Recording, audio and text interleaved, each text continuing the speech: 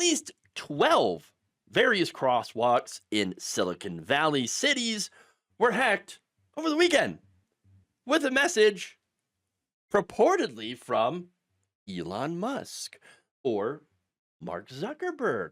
In fact, I want to play a few of these for you, and then we'll discuss. Wait.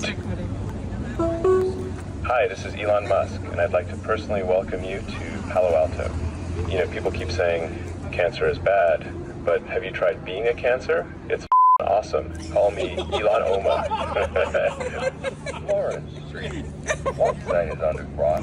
You know, it's funny, I used to think he was just this dumb sack of shit, but when you get to know him, he's actually really sweet and tender and loving. Sweetie, come back to bed. Hi, this is Elon Musk. Welcome to Palo Alto, the home of Tesla engineering. You know, they say money can't buy happiness, and yeah, okay. I guess that's true. God knows I've tried, but it can buy a Cybertruck, and that's pretty sick, right? Right? I'm so alone. Okay. And there's plenty more, all right? Another video from downtown Palo Alto shows a voice impersonating Elon Musk. To be clear, it's not actually Elon Musk, and it probably is AI, but still funny, okay? Saying that he would give the listener a Cybertruck if they would become his friend. You don't know the level of depravity I would stoop to just for a crumb of approval. I mean, let's be real. It's not like I had any moral convictions to begin with. I love it. I love it. This is great. Now, in one of them, you had Mark Zuckerberg, right? Or a voice claiming to be Mark Zuckerberg, saying it's normal to feel uncomfortable or even violated as we forcefully insert AI into every facet of your conscious experience. And I just want to assure you, you don't need to worry because there's absolutely nothing you can do to stop it. Wow. Just, I mean, that really hits home there. Okay. So another says, from undermining democracy to cooking our grandparents' brains with AI slop, to making the world less safe for trans people, nobody does it better than us.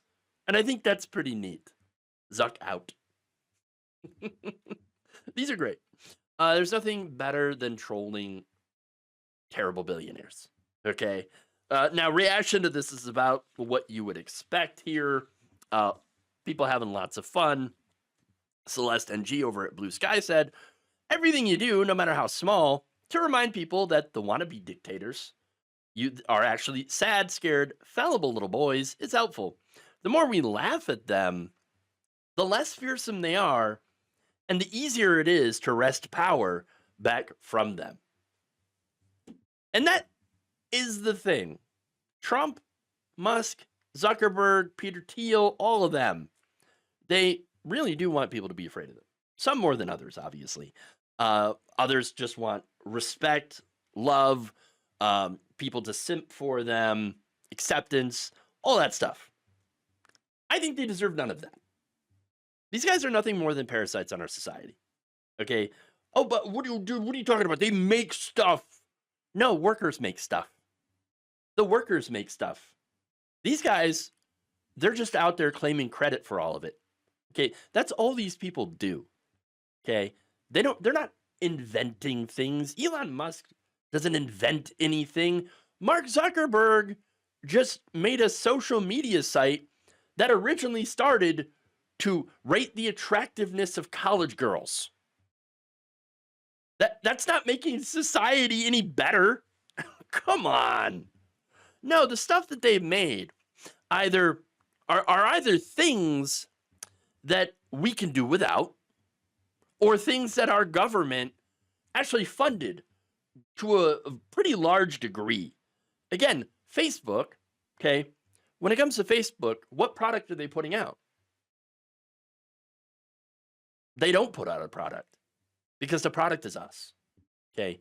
We are the product on Facebook that takes all of our personal information and then goes and sells us ads. Okay. Or shows us ads. And that's it. And sells our personal information. That's what they're doing. That's what they're doing. And so if we don't go there, if we don't use it, Zuck doesn't make any money. If Elon didn't have billions of dollars in taxpayer subsidies, he wouldn't be a billionaire. He wouldn't be rich. That's it. They need us way more than we need them. Okay. And they know this. They know this. That's why they're afraid. Okay. Workers have so much power. Consumers have so much power that we don't really take advantage of, that we don't use. Okay. To fight against them. And they're crushing us every single day with what they're doing, especially with Elon Musk and Doge. Okay. And they're shaping public opinion in the case of Facebook. Okay. And yes, cooking boomer brains. And not just boomer brains, by the way. Cooking Gen Z men brains. Of course, that's more of TikTok than anything. But again, they need us more than we need them. Okay. And I think mocking them is fantastic. They should be mocked more often. Now, that said, it's not the only thing we should be doing. Matt Novak writes, ridicule doesn't fix everything, but it is a great tool against the social pressures of fascism. The Superman radio show did wonders to ridicule the KKK in the late 1940s and absolutely crushed their recruitment efforts. Doesn't fix everything, but it helps dissuade people from joining their movement. And I think that's really kind of the first step, okay? Let's make fascism cringe again, all right? And if you do that, suddenly all those young Gen Z men that voted for Donald Trump, you're going to see those people flee. You're going to see those people flee the movement. You're going to see those tech bros flee the movement. Make these, make these people cringe, okay? I mean, they already are cringe, but start pointing it out. I think Tim Walz was really onto something when he started calling Republicans weird. Why aren't we doing that? Why aren't we doing more of that? We should be, because they are weird. And if you're a Republican and you're not doing weird things, then why don't you call out the people on your side that are doing those weird things and be like, hey, bro, what are you doing? You're making us look real bad over here. You're making us look freaking cringe. Okay, that's what we need. We need more responsibility on these sides for the people around you, for the people that you see on social media. If they start spouting off transphobic garbage, and be like, yo, bro, that's not cool. They start saying things that are racist. Hey, that's not cool. That's racist, dude. Maybe you should stop, not just saying those things. Maybe you should stop thinking those things because they're not good. And that's it. I mean, you need to take these positions and ridicule them for what they are, which are bad positions that do hurt people. Now, there's a couple more responses here. Not Again writes, the funniest part of this is going to be when Pam Bondi mobilizes 200 FBI agents on this, threatening 20 years in prison for the terrorists who did this, and they can't figure out who. There you go. And then Ed Holden writes, I condemn all vandalism. Also, how can my town get some of these? Look, I got to give a shout out to one of my viewers, by the way, who in his vehicle, I asked for me to send him this little soundbite. The Republican Party's racist. And he uploaded it to his vehicle. And now it plays. So I love it.